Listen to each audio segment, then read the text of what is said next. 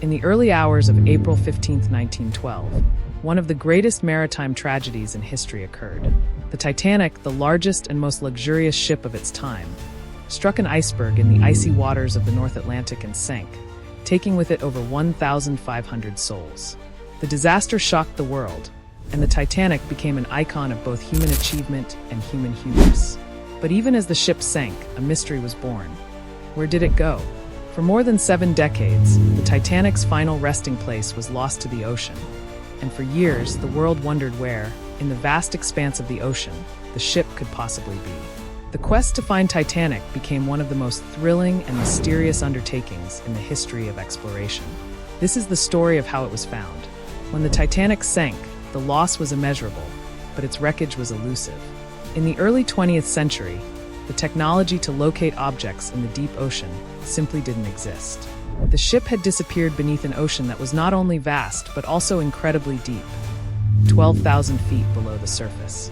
Over the years, several expeditions set out to find the Titanic, but each one returned empty-handed. The challenge seemed insurmountable, and many began to wonder if it would ever be found. Enter Robert Ballard, an American oceanographer and marine explorer, who was determined to crack the Titanic mystery. By the 1980s, sonar technology had made significant advancements, but it was still limited. Despite this, Ballard believed that with the right tools and a little bit of luck, the Titanic could be found. But it wouldn't be easy. The ship was somewhere in the vast North Atlantic, and the ocean floor, which was largely uncharted, was like a dark abyss, hiding the wreck in its deep recesses. So, how would they find it? The answer came from an unlikely place: the U.S. Navy. During the Cold War, the Navy had been developing advanced submersible technologies for military purposes, particularly for locating and investigating sunken submarines. Ballard approached the Navy with a proposal.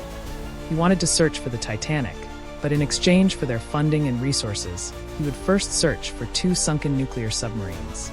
The Navy agreed, and with their support, Ballard set out on his mission.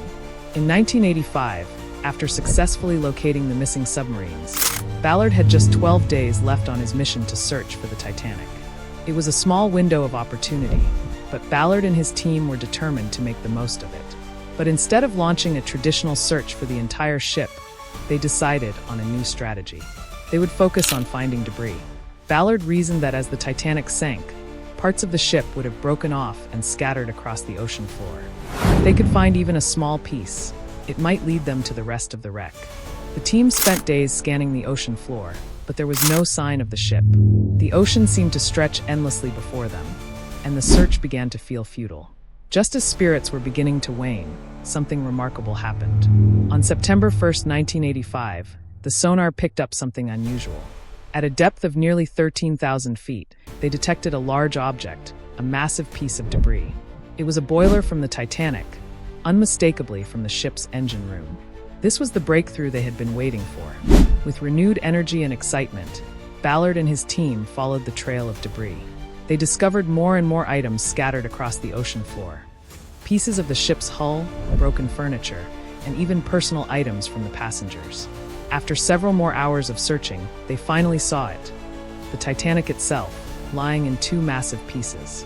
The ship had broken in half as it sank, and the 2 sections were scattered over a wide area, surrounded by the remains of the once pristine vessel. The images that appeared on the screens of their submersible vehicles were unlike anything anyone had ever seen before. The Titanic was not just a ship, it was a memorial to all the lives lost on that fateful night. The team's reaction was a mixture of awe and reverence. The Titanic was not just a shipwreck, it was a moment frozen in time. As they explored the site, they found artifacts that had been lost for over 70 years. Pieces of china, shoes, and even a deck chair. These items were not just relics. They were the tangible remnants of a tragic story that had never truly been told. The discovery of the Titanic was a moment of closure for many, but it also opened the door to deeper questions about how we preserve history and the ocean's mysteries. Finding the Titanic changed everything. The news made headlines around the world, and the wreck became a symbol of human resilience and technological achievement.